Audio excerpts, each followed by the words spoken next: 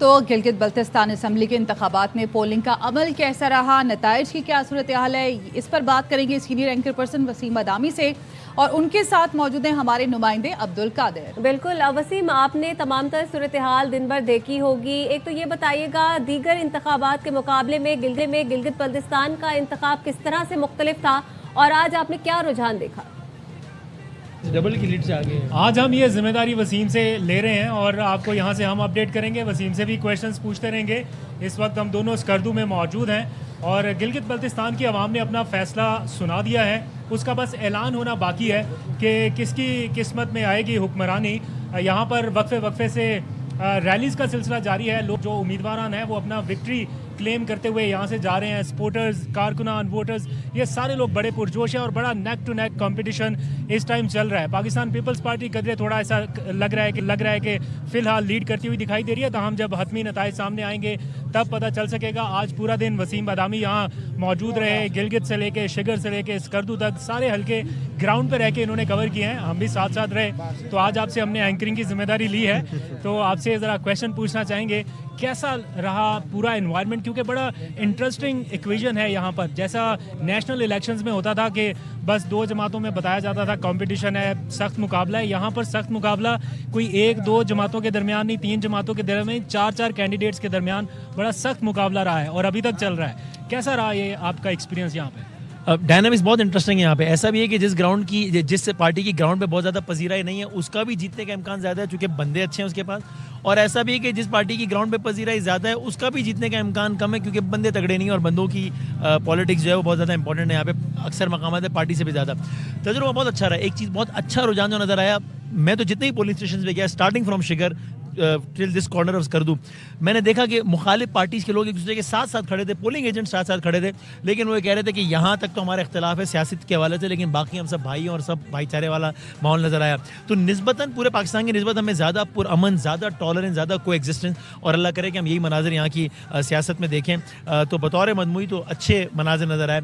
ऐसा लगता है कि पाकिस्तान पीपल्स पार्टी मुमकिन है, अभी तो खैर बहुत कबल वक्त है, कि क्या पहली मरतबा वो रिवायत टूटने जा रही है कि जिसका वज़ीर आज़म होता है उसका यहाँ वज़ीर आला होता है? अब ये इस वक्त का सबसे बड़ा मासूमाना सवाल है मेरा ख्याल है।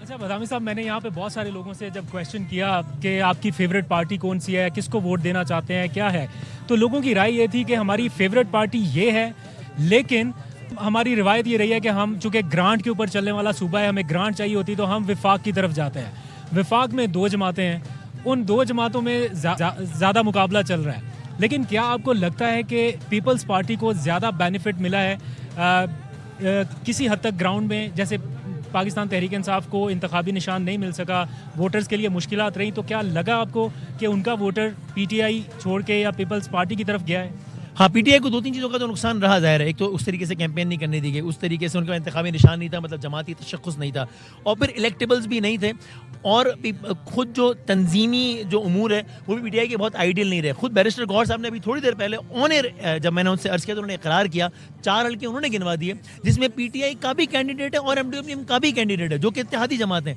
24 में से 4 का मतलब है अच्छा खासा परसेंटेज होता है। जब आप पर वैसे इतना ज़ेर अताब हो तब ये तो नहीं होना चाहिए। तो पीटीआई को भी नुकसान हुआ। पीपल्स पार्टी को ऑन द कॉन्ट्ररी ये बहुत फ़ायदा हुआ कि नून लीग की एक भी मरकजी क़यादत एक भी जलसा नहीं कर पाई because of different reason. People's Party की मरकजी क़यादत ने बहुत जलसे किए, उसका बहुत फ़ायदा हुआ।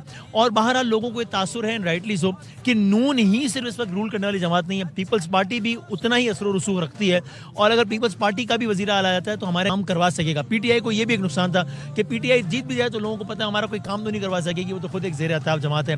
तो बहरहाल ये नुकसान पीटीआई को और ये फ़वाइद पीपल्स पार्टी को रहे हैं।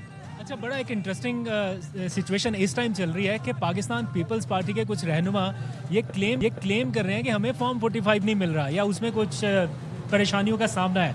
ऐसा लग रहा था कि आपको पाकिस्तान पीपल्स पार्टी किसी स्टेज पे आके ऐसी कंप्लेंट कर सकती है फॉर्म 45 के हवाले से। बिलावल ने कहा था फॉर्म 45 का अरेंजमेंट आप करें, बाकी 47 को मैं संभालूंगा। तो लग रहा है कि कोई मुश्किल पैदा हो रही है वसीम से। नहीं, अल्लाह की शान है कि ये मंजर भी हम देख रहे हैं, लेकिन ये मैं आपकी खिदमत में अर्ज करूँ ना सिर्फ तज़िये बल्कि मालूमात की बुनियाद पे पीपल्स पार्टी को बहुत यकीन था कि हम एक लीडिंग पार्टी यहाँ पर होने का बड़ा अच्छा चांस रखते हैं, और and People's Party made it very clear to all the relevant circles कि अगर यहाँ पर हम ये नहीं कह रहे कि हमें जितवाओ, लेकिन अगर हमें वो नतीजा नहीं मिला जो हम डिजर्व करते हैं, जो हमारा बनता है, फिर हम किसी में तक जाएंगे, फिर हैरान होएगा कि पीपल्स पार्टी और पीटीआई मिलकर सड़क में यहाँ पे एहतजाज कर रहे हो। तो पीपल्स पार्टी भी इस वक्त यही मैसेजिंग कर रही है कि ये ना करना। वसीम बदामी हमारे साथ मौजूद थे, आज पूरा दिन कवरेज होती रही है और फर्दर जो भी नताइज होंगे उनसे भी आपको लम्हा बलम्हा अपडेट रखेंगे। तो देखते रहिए ARY न्यूज़। ठीक है, अपडेट्स लेते रहेंगे आपसे। बहुत शुक्रिया आप दोनों।